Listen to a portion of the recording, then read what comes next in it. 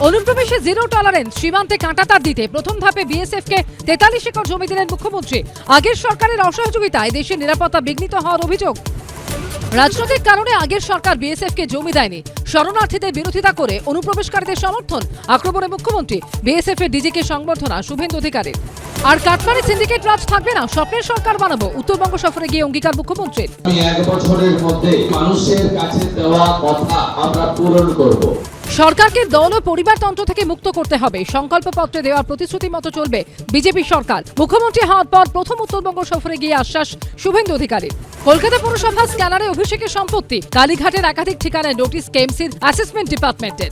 Notice দিতে বলেছে, কিসের নোটিশ ভিতরটা পড়েন। কেএমসি অ্যাসেসমেন্ট ডিপার্টমেন্টে অভিষেকের একাধিক ঠিকানায় পুরসভার নোটিশ, দায় ছাড়লেন মেয়র। কেএমসি বিল্ডিং ডিপার্টমেন্ট কাকে নোটিশ দেবে এটা আমাদের পলিসি ম্যাটার নয়, আমি কোনো ইজারা নিইনি।